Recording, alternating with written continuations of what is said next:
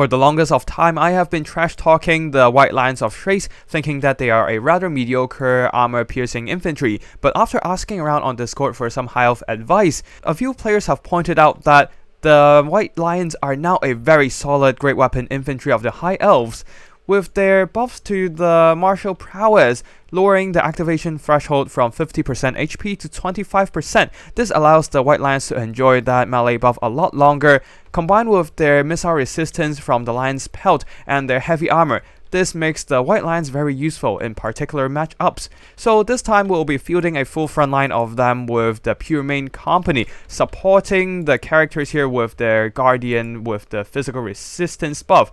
So for the leadership of the army, we have Mage of Life here coming in with a bunch of spells including Dwellers Below, Earthblood and Regrowth.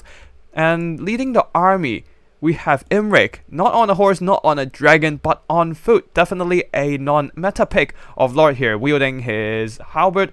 Well, we're not going for the dragon simply because we are bringing Imrik purely as a buff bot, with Dragon Horn providing that 24 melee attack buff to all these White Lions of Thrace, making them killing machines in melee combat. And on top of that, I have a particular liking to the Lord of Dragons here, a targeting melee debuff that can significantly change the outcome of engagement.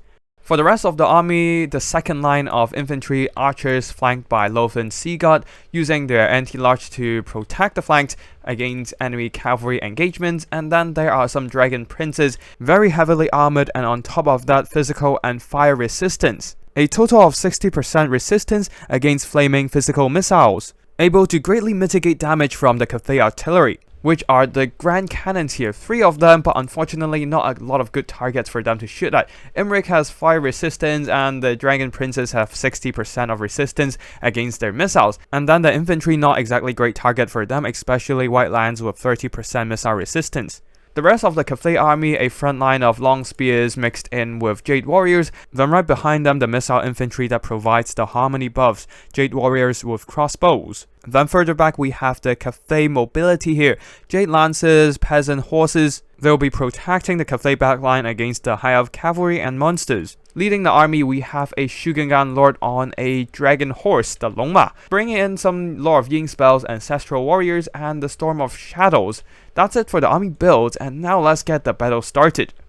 Even if my units all have resistance or just not good targets for Grand Cannons, I can't still sit there and take all those firepower waiting for the ammo to run out, because that's just giving my opponent free value. So I'll be pushing forward my entire front line and flanking around the Dragon Princes, hoping to find an opportunity to run them into the back line of the Cathay army and shut down all those artillery. Not only are they doing some noticeable damage to my Pure Main Company, they are also a heavy weight on the balance of power. They themselves are occupying quite a bit of value of the entire Cathay army. Eliminating them early enough will prop up my chances of winning the game and push towards that army losses. Anyways, it seems that the Grand Cannons are aiming at my foot Imrik here. He's not taking much damage thanks to his own physical resistance and fire resistance.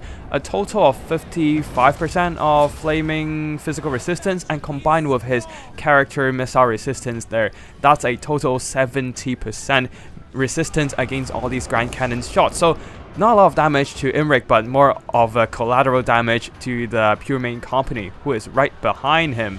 Now on the flanks here, Dragon Princes will be moving in. Some of them took some damage from the Grand Cannons, but nothing too substantial, while the front line here, White Lions, have been slowed down by a Storm of Shadows, while the Cathay Jade Warrior crossbows are raining shots into my Lothern Sea God and archers. I'll be returning fire, hoping to chip down their hit points as soon as possible, while the White Lions are charging into combat, buffed up by the Dragon Horn. They're now up to 63 attacks on the regular units and 71 attack on the Pure Main Company, absolutely clobbering all these poor Jade Warriors in the front line. Especially these troops without harmony buff simply does not have the stats to hold on. While at the back here we have some Jade Warriors being ran down by my charge of Dragon Princes, also knocking some of these artillery crew silent. They will be quickly pulling back to the front line here, as they are now heavily focused by a lot of Peasant Horses and Jade Lances, taking substantial damage throughout the process. They'll be receiving a regrowth there, hoping to sustain their HP, but a Storm of Shadows slowing them down, allowing the Cathay troops to catch up and drag down these elite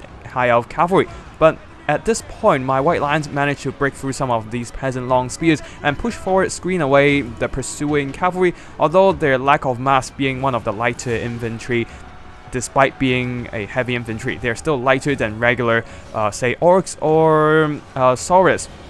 So some of these horses can push through the defenses of the white lines and continue their pursuit on my dragon princes. While on the far side over here, dragon princes pushing into the front line and charge straight into the peasant long spears, helping the white lines break through this flank. The white lines will be moving on forward to the next unit to keep cutting them down. With their 40 melee defense, they can mitigate a lot of damage coming in from the peasant long spears and even Jade warriors who doesn't have the best of attack. While at the back here, some Jade warriors charge into the archers, but they do have a little bit of martial prowess, propping up their melee defense at 26, mitigating the puny 24 attack of the Jade warriors. Now over here, the Life Mage is in a bit of pickle, being surrounded by Jade Lances and jumped by the Dragon-Blooded Lord. One unit of White Lions will be moving over to help while the rest of them are just pushing straight for the Cathay back line, with the White Lions crushing the Cathay melee front line. Jade Warrior crossbows are now pushed back and will require the Jade Warriors to slow down the advance of the White Lions, but there's not a lot of options for the Cathay army to do damage to the White Lions here. Probably rear charge from these Jade Lancers would do it, but they are too busy chasing down the Dragon Princess, who does have 110 armor, mitigating a lot of their charge impact damage, while the White Lions are just slowly but surely working down all these peasant long spears and Jade Warriors. The lack of armor piercing means that they can't do too much damage to the White Lions, and on top of that, more Dragon Horn coming in, activating that melee attack buff, and they are now just cleaving all these Jade Warriors apart. On the far side, the other White Lion is also cutting through a bunch of Cathay units with the buff as well. The Cathay crossbows trying their hardest to shoot up the White Lions, but the White Lions with their heavy armor and missile resistance simply doesn't care, while the supporting spears are either too busy routing or dealing with other White Lions. Some Jade Lancers bravely charge into the rear of the White Lions, hoping to eliminate a few unit models, but their charged impact damage just isn't enough against the heavy armor. Instead, quite a few of them got cut down by the Great Axes. At the same time, some regrouped archers came back to shoot at these tattered Jade Lancers. The Jade Lancers have missile block chance and heavy armor, but still, damage is damage. Now over here, there are some Loven Sea God being tied down by Jade Lancers, unable to fire, but that is fine as I have units to support them. Dragon Princes and White Lions surrounding the Jade Lancers will be routing them off, and then these freed up White Lions will be able to move on to other Jade Warriors. And at this point, they still have over half health, which is more than enough to keep their martial prowess active. While these Pure Main Company are still accompanying Imrik, providing him with that extra 15% physical resistance, plus they are just an elite melee unit, so they act as a great bodyguard. While at the back here, the Mage of Life is now caught by Jade Lances and the Shugengan Lord. Unfortunately for me, as I will be losing access to healing, and at the same time, balance of power is still quite even here. The Cathay army, though, losing all of its firepower, only some peasant long spears still around, and only leaving the dragon-blooded Shugengan Lord to prop up that balance of power, as Imrik does take a bit of damage, not a lot, but a bit of damage as he approached the Cathay formations. And at this point, I don't feel like the Cathay army has anything to pull back this battle here, with the Dragon-Blooded Shugengan Lord further debuffed by the Lord of Dragons, unable to effectively fight back, with her melee stats debuffed to 15 attack and 16 defense. Surrounded by Dragon Princes, that Cathay Lord is going down for sure. Even if my opponent got the Ancestral Warrior summon out, I can simply wait for the summon to dissipate, and the Cathay player, losing hope to win, decided to surrender.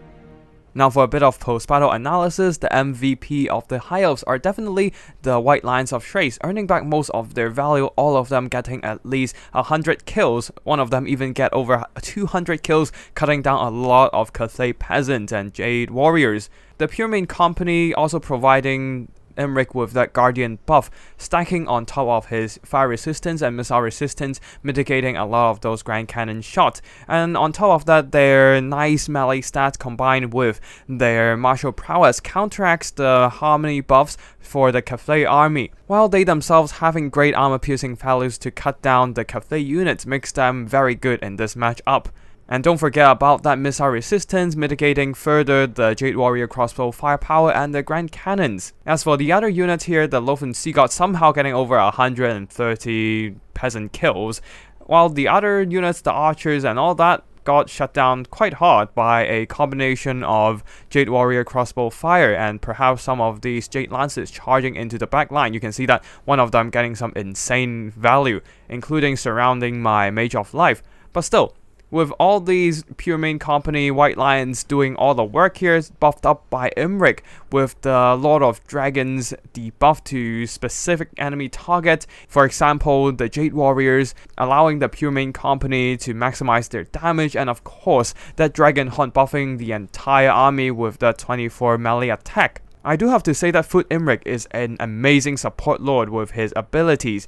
Dragon Horn providing plus 24 attack army-wide, and Lord of Dragons can debuff any unit, not only just Lord or heroes. Unlike other single unit targeting debuff abilities, Lord of Dragons can be dumped onto any unit. For example, I dumped it onto one of the Jade Warriors while the pure main company charged straight into them at the initial engagement, and the pure main company was able to maximize their damage, cutting through the Jade Warrior front line like a hot knife through butter. And of course, Imrik being a melee lord can fight quite decently in melee combat with great armor piercing values. While the Grand Cathedral army here, the Grand Cannons didn't do too much here, not having a lot of good targets to shoot. Dragon Princes, it mitigate most of their damage with their resistance, while the White Lions have 30% missile resistance, and Loven Sea God and Archers just not worth these shots.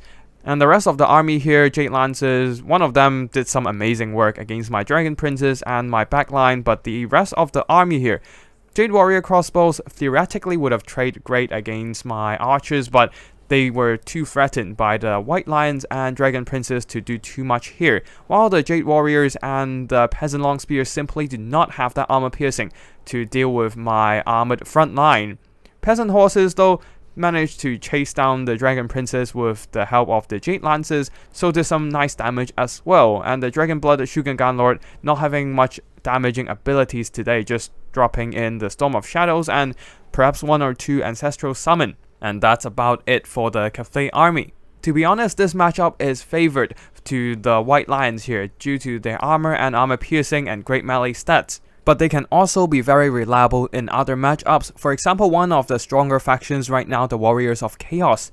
They are one of the sturdier front line of the High Elf roster, and also one of the more cost-efficient way to do armor-piercing damage. This makes them quite versatile in both fighting chaff and elite armored units. And with the right buffs, for example Dragonhorn from Imrik, they can definitely punch above their weight class. And yeah, that's basically it for today's battle. I hope everyone enjoyed the video, and if you do and want to see more, be sure to hit the like and subscribe to see latest updates to my channel.